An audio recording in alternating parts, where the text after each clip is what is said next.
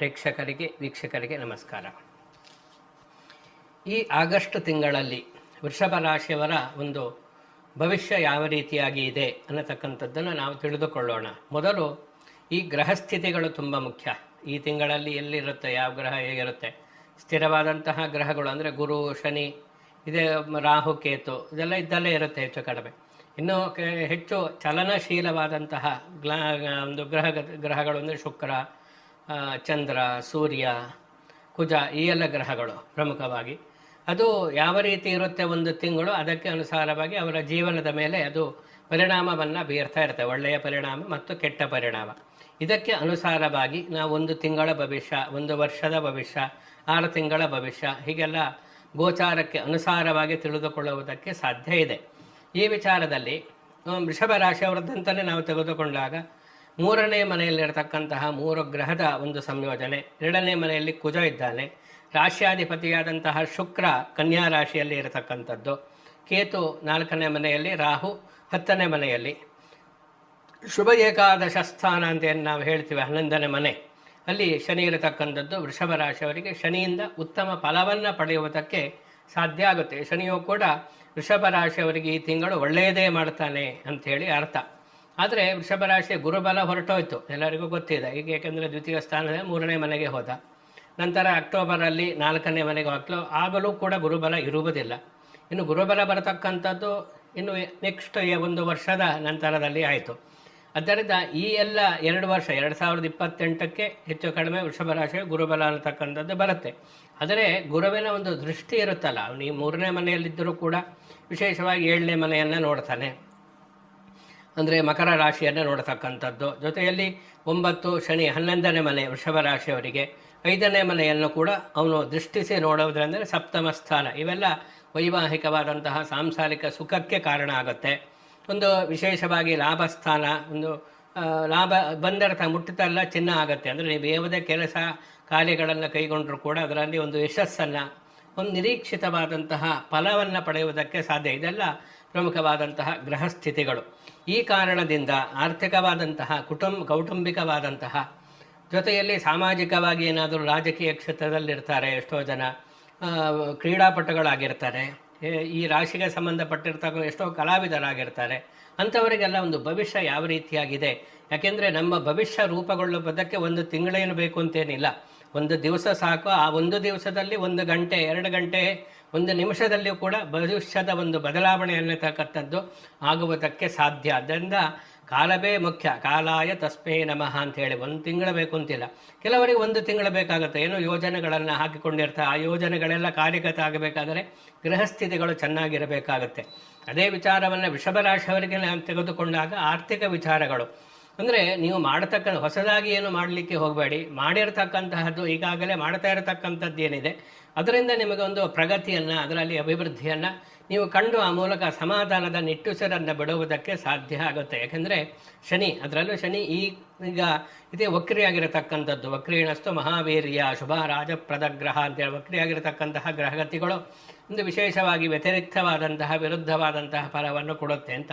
ಸಹಜವಾಗಿ ಶನಿ ಕೆಟ್ಟದನ್ನೇ ಮಾಡ್ತಾನೆ ಅಂತ, ಅಂದರೆ ಕೆಟ್ಟದಕ್ಕೆ ಕರ್ಮ ಫಲವನ್ನು ಅನುಭವಿಸೋದಕ್ಕೆ ಕಾರಣ ಆಗ್ತಾನೆ. ಅಂತಹ ಶನಿ ವಕ್ರಿಯಾಗಿದ್ದಾಗ ಒಳ್ಳೆಯ ಫಲವನ್ನು ಕೊಡ್ತಾನೆ. ಆದರೆ 11ನೇ ಮನೆಯಲ್ಲಿರುವುದರಿಂದ ವೃಷಭ ರಾಶಿಯವರಿಗೆ ಸ್ವಲ್ಪ ತೊಂದರೆ ಆಗತಕ್ಕಂಥದ್ದಿರುತ್ತೆ. 11ನೇ ಮನೆಯಲ್ಲಿ ಒಳ್ಳೆಯದೇ ಮಾಡಿದ್ರು ಅವನು ವಕ್ರಿಯಾಗಿರುವುದರಿಂದ ನಿಮಗೆ ಬರಬೇಕಾಗಿರೋದು ಬೇರೆಯವರಿಗೆ ಪಾಲಾಗಬಹುದು. ಅಂದರೆ ಒಂದು ನೀವು ಏನಾದರೂ ಕ್ರೆಡಿಟ್ ಬೇರೆಯವರು ತಗೊಳ್ತಾರೆ ಅಂತ ನೀವು ಕಷ್ಟಪಟ್ಟರೆ ಆ ರೀತಿ ಆಗುತ್ತೆ. ನಿಮಗೆ ಬರಬೇಕಾದಂಥ ಹಣ ಬೇರೆಯವರಿಗೆ ಹೋಗ್ಬೋದು, ಅಥವಾ ನಿಮಗೆ ಬರದೇ ಇರ್ಬೋದು. ಈ ರೀತಿಯಾಗಿ ಆರ್ಥಿಕವಾದಂತಹ ಕೈ ಒಂದು ತುತ್ತು ಬಾಯಿಗಿಲ್ಲ ಅನ್ನತಕ್ಕಂತಹ ಸಂದರ್ಭಗಳು ಸೃಷ್ಟಿ ಆಗ್ತಾ ಇರುತ್ತೆ. ಅದರಿಂದ ಸ್ವಲ್ಪ ಎಚ್ಚರಿಕೆಯಿಂದ ಇರತಕ್ಕಂಥದ್ದು ಒಳ್ಳೆಯದು ಈ ವಿಚಾರದಲ್ಲಿ. ಜೊತೆಯಲ್ಲಿ ಈ ಏನಾದರೂ ಬಿಸ್ನೆಸ್ ನಡ್ತಕ್ಕಂಥ ಪಾರ್ಟ್ನರ್ಶಿಪ್ಪಲ್ಲಿ ಕೆಲವೊಂದು ವೈಮನಸ್ಯ ಬರತಕ್ಕಂತಹ ಸಾಧ್ಯತೆಗಳು ಕೂಡ ಇರುತ್ತೆ. ಸ್ವಭಾವಕ್ಕೆ ಅನುಗುಣವಾಗಿ ಒಂದು ರಾಶಿಯ ಮೇಲೆ ಶನಿಯ ದೃಷ್ಟಿ ಇರುವುದರಿಂದ ನೀವು ಕೋಪಗೊಳ್ಳತಕ್ಕಂಥದ್ದು, ತಾಳ್ಮೆ ಇಲ್ಲ. ಈ ಕಾರಣದಿಂದ ಪರಸ್ಪರ ಪಾಲುದಾರರೊಂದಿಗೆ ಮನಸ್ತಾಪಕ್ಕೆಲ್ಲ ಕಾರಣ ಆಗಿಬಿಡುತ್ತೆ. ಅದರಿಂದ ಆದಷ್ಟು ಸಹನೆಯಿಂದ ವರ್ತಿಸಿದರೆ ನೀವು ಮಾಡತಕ್ಕಂತಹ ಕಾರ್ಯಕ್ಷೇತ್ರದಲ್ಲಿ ಎಲ್ಲ ವಿಧವಾದಂತಹ ಅಭಿವೃದ್ಧಿ ಆಗುವುದಕ್ಕೆ ಸಾಧ್ಯ ಆಗುತ್ತೆ. ಕೌಟುಂಬಿಕವಾದಂತಹ ವಿಷಯಗಳು ಅಂತ ನಾವು ತೆಗೆದುಕೊಂಡಾಗ ಪ್ರಮುಖವಾಗಿ ಗುರು 3ನೇ ಮನೆಯಲ್ಲಿದ್ದಾನೆ. ಕುಟುಂಬ ಸ್ಥಾನ ಅಂದರೆ 2ನೇ ಮನೆಯಲ್ಲಿ ನಾವು ತೆಗೆದುಕೊಳ್ಳಬೇಕು. ಕುಜ ಅಲ್ಲಿ ಇರುವುದರಿಂದ ಪರಸ್ಪರ ಅವನು ರಿಪುಕಾರಕ ಅಂತ ಹೇಳ್ತೇವೆ ಕುಜನಿಗೆ.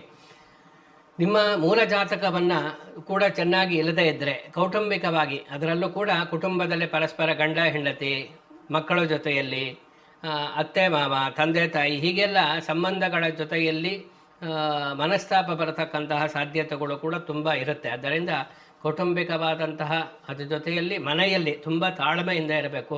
ಕುಟುಂಬದೆಲ್ಲ ಸಹನೆಯಿಂದ ವರ್ತಿಸ್ತಕ್ಕಂಥದ್ದು ಒಳ್ಳೆಯದು, ಕೋಪಗೊಳ್ತಕ್ಕಂಥದ್ದು ಒಳ್ಳೆಯದಲ್ಲ. ಯಾಕೆಂದರೆ ನಿಮ್ಮ ಟೆನ್ಷನ್ ಇರುತ್ತೆ, ಇಲ್ಲ ಅಂತಲ್ಲ, ಕೋಪ ಕೆಲವರಿಗೆ ಸುಮ್ಮನೆ.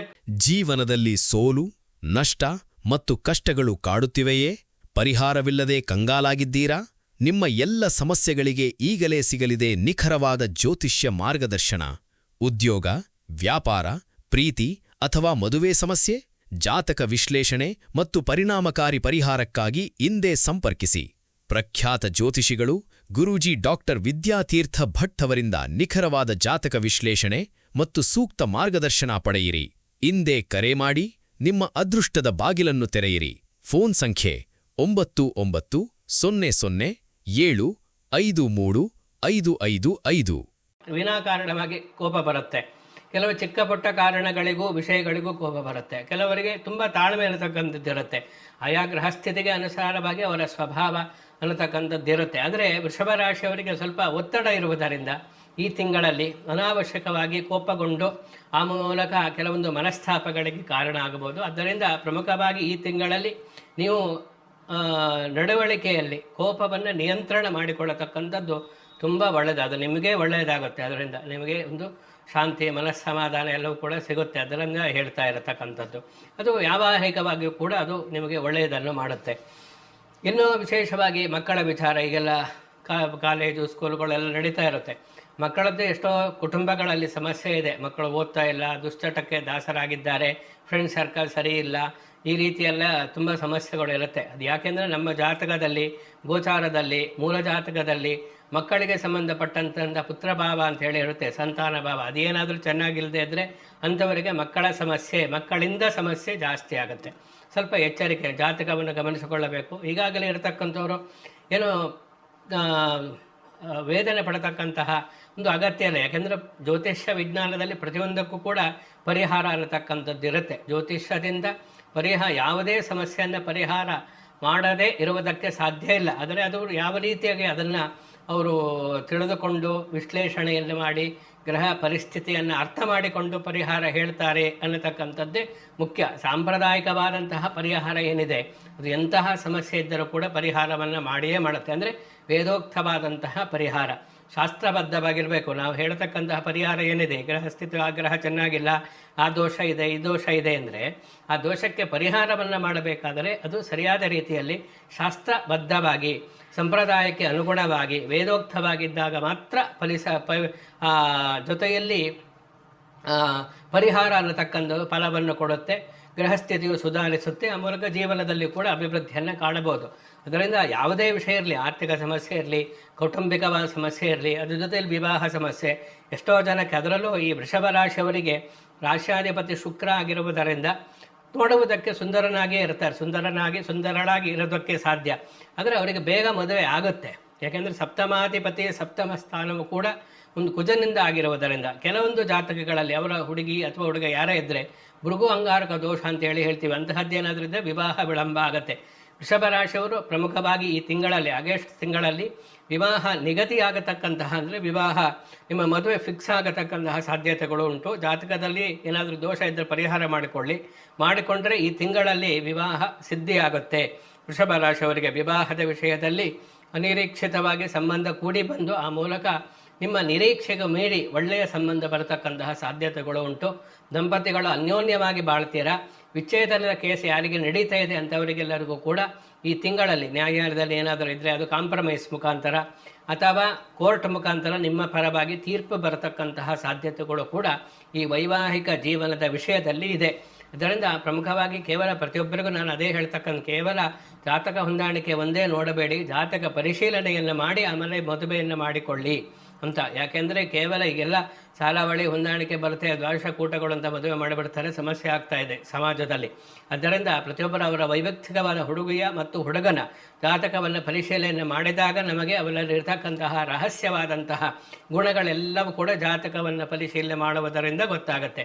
ಅವರ ಗುಣ ಏನು, ಸ್ವಭಾವ ಏನು, ಅವರ ಒಂದು ನಡವಳಿಕೆ ಯಾವ ರೀತಿಯಾಗಿರುತ್ತೆ, ಏನು ಸಂತಾನ, ಆಯಸ್ಸು, ಹೊಂದಾಣಿಕೆ ಎಲ್ಲವೂ ಕೂಡ ಜಾತಕ ಪರಿಶೀಲನೆಯನ್ನು ಮಾಡುವುದರಿಂದ ಗೊತ್ತಾಗುತ್ತೆ. ಅದರಿಂದ ಪ್ರಮುಖವಾಗಿ ವಿವಾಹದ ವಿಷಯದಲ್ಲಿ ಪ್ರತಿಯೊಂದು ರಾಶಿಯವರು ಕೂಡ ಗಮನಿಸಬೇಕಾದಂತಹ ಅಂಶ, ಜಾತಕ ಪರಿಶೀಲನೆಯನ್ನು ಸರಿಯಾದ ಎಕ್ಸ್ಪರ್ಟ್ ಅವರ ಕೈಯಿಂದ ಅದನ್ನು ಪರಿಶೀಲನೆ ಮಾಡಿ ಹೊಂದಾಣಿಕೆ ಅದೆಲ್ಲೂ ಕೂಡ ಜಾತಕವೂ ಹೊಂದಾಣಿಕೆ ಬಂದರೆ ಮಾತ್ರ ಮದುವೆಯನ್ನು ಮಾಡಿ ಅವಾಗ ಚೆನ್ನಾಗಿರತಕ್ಕಂತಹ ದಾಂಪತ್ಯ ಜೀವನ ಉಂಟಾಗುತ್ತೆ. ಅದರಿಂದ ವೃಷಭರಾಶಿಯವರಿಗೆ ವಿವಾಹಕ್ಕೆ ಸಂಬಂಧಪಟ್ಟಂತೆ ಈ ತಿಂಗಳಲ್ಲಿ ಒಂದು ಉತ್ತಮವಾದಂತಹ ಬೆಳವಣಿಗೆ ಅನ್ನತಕ್ಕಂಥದ್ದು ಇದೆ. ಹೊಸ ವಾಹನವನ್ನು ಖರೀದಿಯನ್ನು ಮಾಡುವುದಕ್ಕೆ ವೃಷಭರಾಶಿಯವರಿಗೆ ಉತ್ತಮವಾದಂತಹ ಸಮಯ. ಈ ಸಮಯದಲ್ಲಿ ವಾಹನ ಏನಾದರೂ ನೀವು ಪರ್ಚೇಸ್ ಮಾಡಬೇಕು ಅಂತಿದ್ರೆ 2 ವೀಲರು 4 ವೀಲರ್ಸ್ ಯಾವುದೇ ಇರ್ಬೋದು, ಅದನ್ನು ಈ ತಿಂಗಳಲ್ಲಿ ಮಾಡತಕ್ಕಂಥದ್ದು ಒಳ್ಳೆಯದು. ಮನೆ ನಿರ್ಮಾಣಕ್ಕೆ ಉತ್ತಮವಾದಂಥ ಮುಹೂರ್ತ ಇದೆ ವೃಷಭರಾಶಿಯವರಿಗೆ. ಹೊಸ ಸೈಟ್ ಏನಾದರೂ ಖರೀದಿ ಮಾಡತಕ್ಕಂಥದ್ದಿದ್ದರೆ ಅದನ್ನು ಈ ತಿಂಗಳಲ್ಲಿ ನೀವು ತಿಂಗಳ ಅಂತ್ಯದಲ್ಲಿ ಮಾಡತಕ್ಕಂಥದ್ದು ಒಳ್ಳೆಯದು. ಒಳ್ಳೆಯ ಮುಹೂರ್ತವನ್ನು ನೋಡಿ. ಕೃಷಿಕರಿಗೆ ಒಂದು ವಿಶೇಷವಾದಂತಹ, ನೀವು ಕೃಷಿಯ ಒಂದು ಯಾವುದೇ ಚಟುವಟಿಕೆಗಳಿದ್ದರೂ ಕೂಡ ಅದು ನಿಮಗೆ ಒಂದು ವಿಶೇಷವಾಗಿ ಮುಂದಿನ ಭವಿಷ್ಯದ ಒಂದು ದೃಷ್ಟಿಯಿಂದ ನಾವು ನೋಡಿದಾಗ ಈ ಸಮಯದಲ್ಲಿ ವೃಷಭರಾಶಿಯವರು ಕೃಷಿ ಚಟುವಟಿಕೆಗಳನ್ನು ಪ್ರಾರಂಭ ಮಾಡಿ ಅದನ್ನು ಸ್ವಲ್ಪ ಅದಕ್ಕೆ ಶೀಘ್ರಗತಿಯಲ್ಲಿ ಅದನ್ನು ನೀವು ಮುಂದುವರಿಸತಕ್ಕಂಥದ್ದಕ್ಕೆ ಕೃಷಿ ಉತ್ಪನ್ನ ಮುಂದೆ ಭವಿಷ್ಯದಲ್ಲಿ ಆ ಕೃಷಿಯಿಂದ ನೀವು ಲಾಭವನ್ನು ಗಳಿಸುವುದಕ್ಕೆ ಸಾಧ್ಯ ಆಗುತ್ತೆ. ಇದನ್ನು ಕೂಡ ಕೃಷಿಕರು ಪ್ರಮುಖವಾಗಿ ಗಮನಿಸಬೇಕಾಗುತ್ತೆ. ದೊಡ್ಡ ದೊಡ್ಡ ಕಾರ್ಖಾನೆಗಳಿರ್ಬೋದು ಅಥವಾ ಈ ಕಟ್ಟಡ ಕೆಲಸವನ್ನು ಮಾಡತಕ್ಕಂಥವ್ರು, ಟೈಲ್ಸ್ ವ್ಯಾಪಾರವನ್ನು, ಗ್ರಾನೈಟು, ಮಾರ್ಬಲ್ಸು, ಟೈಲ್ಸ್ ಇಂಥವರಿಗೆ ಒಂದು ಉತ್ತಮವಾದಂತಹ ತಿಂಗಳು ಈ ತಿಂಗಳಲ್ಲಿ. ಅದರಲ್ಲಿ ನೀವು ಬರತಕ್ಕಂಥ ಕೆಲವೊಂದು ಆ ವ್ಯವಹಾರದಲ್ಲಿ ಮೋಸ ಹೋಗತಕ್ಕಂತಹ ಸಾಧ್ಯತೆಗಳು ಇರುತ್ತೆ. ಈ ಗ್ರಾನೈಟು, ಮಾರ್ಬಲ್, ಟೈಲ್ಸು ಇದಕ್ಕೆ ಸಂಬಂಧಪಟ್ಟಂತಹವರು, ಆ ಕೆಲಸವನ್ನು ಮಾಡತಕ್ಕಂಥವ್ರು ಸ್ವಲ್ಪ ಎಚ್ಚರಿಕೆಯಲ್ಲಿ ಇರಿ. ಆ ಕೆಲಸ ಮಾಡತಕ್ಕಂಥ ಅಪಘಾತಗಳು, ಅದರಿಂದ ಏನಾದರೂ ತೊಂದರೆಗಳು, ಗಾಯ ಮಾಡಿಕೊಳ್ತಕ್ಕಂಥ ಸಂದರ್ಭಗಳು ಕೂಡ ಇರುವುದರಿಂದ ಗೃಹ ನಿರ್ಮಾಣದ ಕೆಲಸ ಮಾಡತಕ್ಕಂಥವ್ರು, ಗೃಹ ನಿರ್ಮಾಣವನ್ನು ಮಾಡತಕ್ಕಂಥವ್ರು, ಅಂತಹ ವ್ಯವಹಾರವನ್ನು ಮಾಡತಕ್ಕಂಥವ್ರು ಸ್ವಲ್ಪ ಎಚ್ಚರಿಕೆಯಿಂದ ಇರತಕ್ಕಂಥದ್ದು ಒಳ್ಳೆಯದು. ವಿಶೇಷವಾಗಿ ರಿಯಲ್ ಎಸ್ಟೇಟ್ ವ್ಯವಹಾರವನ್ನು, ಭೂ ವ್ಯವಹಾರಗಳನ್ನು ಮಾಡತಕ್ಕಂಥವರಿಗೆ ಅಷ್ಟೊಂದು ಕೆಲವೊಂದು ವಿಘ್ನಗಳು ಬರುತ್ತೆ. ಯಾವುದು ಕೆಲಸ ಆಗ್ತಾ ಇಲ್ಲ, ಯಾವುದೇ ಇರ್ಬೋದು, ಅಂತಹ ವ್ಯವಹಾರ ಕೈಗೂಡ್ತಾ ಇಲ್ಲ, ಕೊನೆಯ ಹಂತಕ್ಕೆ ಬಂದು ಎಲ್ಲವೂ ಡಿಸ್ಕನೆಕ್ಟ್ ಆಗುತ್ತೆ ಅನ್ನತಕ್ಕಂಥದ್ದು ಈ ವೃಷಭ ರಾಶಿಯವರು ಕೂಡ ಈಗ ಆಗಾಗ ಅನುಭವಕ್ಕೆ ಬರ್ತಾ ಇರುತ್ತೆ. ಅದರಿಂದ ಇದನ್ನು ಪ್ರಮುಖವಾಗಿ ಗಮನಿಸಿಕೊಳ್ಳಿ. ರಿಯಲ್ ಎಸ್ಟೇಟ್ ವ್ಯವಹಾರದಲ್ಲಿ ಅಷ್ಟೊಂದು ಒಳ್ಳೆಯ ಅಂಶಗಳು ಅಂತೇಳಿ ಏನು ಕಂಡು ಬರ್ತಾ ಇಲ್ಲ. ಈ ಶುಭ ಕಾರ್ಯಗಳ ಒಂದು ಆಯೋಜಕರಿಗೆ ಉತ್ತಮವಾದಂತಹ ಸಮಯ ಇದೆ. ಓವರಾಲ್ ಈ ತಿಂಗಳಲ್ಲಿ ಹೇಳಬೇಕು ಅಂದರೆ ವೃಷಭ ರಾಶಿಯವರಿಗೆ ಶನಿ 11ನೇ ಮನೆಯಲ್ಲಿರುವುದರಿಂದ ಒಂದಷ್ಟು ಒಳ್ಳೆಯ ಫಲಗಳೇ ಅನುಭವಕ್ಕೆ ಬರುತ್ತೆ. ಅದರ ದೇವಿಯ ಒಂದು ಆರಾಧನೆಯನ್ನು, ದುರ್ಗಾ ಸ್ತೋತ್ರವನ್ನು ಪಠನೆ ಮಾಡತಕ್ಕಂಥದ್ದು. ಇನ್ನೆಲ್ಲ ಶ್ರಾವಣ ಮಾಸ ಬಂದ್ಬಿಡುತ್ತೆ ಆಗಸ್ಟಲ್ಲಿ. ಅದರಿಂದ ಆ ಶ್ರಾವಣ ಮಾಸದಲ್ಲಿ ದೇವಿಯ ಆರಾಧನೆಗೆ ವಿಶೇಷವಾಗಿರತಕ್ಕಂಥದ್ದು. ಅಂತಹ ಪ್ರತಿಯೊಂದು ದಿವಸವೂ ಕೂಡ ಅಮೂಲ್ಯವಾಗಿರತಕ್ಕಂಥದ್ದೇ. ವೃಷಭ ರಾಶಿ ಇದನ್ನು ಮಿಸ್ ಮಾಡಿಕೊಳ್ಳಬೇಡಿ. ಶ್ರಾವಣ ಮಾಸದ ಪ್ರತಿಯೊಂದು ದಿವಸ, ಅದರಲ್ಲೂ ಮಂಗಳವಾರ, ಶುಕ್ರವಾರ ದೇವಿಯ ದೇವಸ್ಥಾನಕ್ಕೆ ಹೋಗಿ ಪೂಜೆ ಅರ್ಚನೆಗಳನ್ನು ಮಾಡತಕ್ಕಂಥ, ದೇವಿ ಸ್ತೋತ್ರ ಪಠನೆಯನ್ನು ಮಾಡತಕ್ಕಂಥ ಇವೆಲ್ಲ ಮಾಡಿದಾಗ ವೃಷಭ ರಾಶಿಯವರು ಇನ್ನೂ ಉತ್ತಮವಾದಂತಹ ಫಲವನ್ನು ಪಡೆಯುವುದಕ್ಕೆ ಸಾಧ್ಯ ಇದೆ. ಶುಭಮಸ್ತು. ಸಮಸ್ತ ಸನ್ಮಂಗಳಾನಿ ಭವಂತು.